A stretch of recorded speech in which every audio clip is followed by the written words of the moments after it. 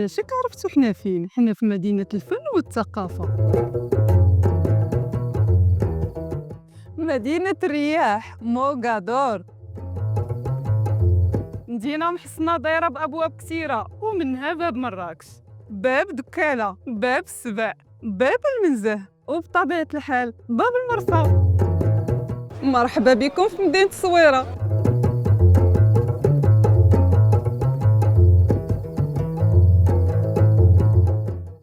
اليوم غادي نحضروا طاجين ديال الصنور بالبصلة والزبيب، وبطبيعة الحال المكونات ديال المنطقة أملو وأركان.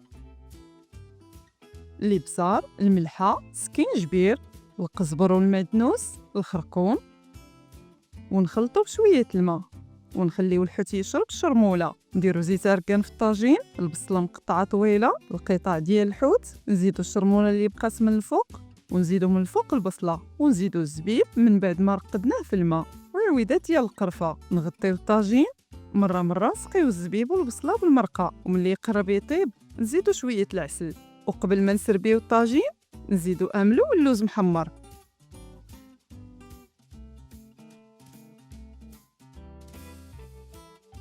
بصحتكم.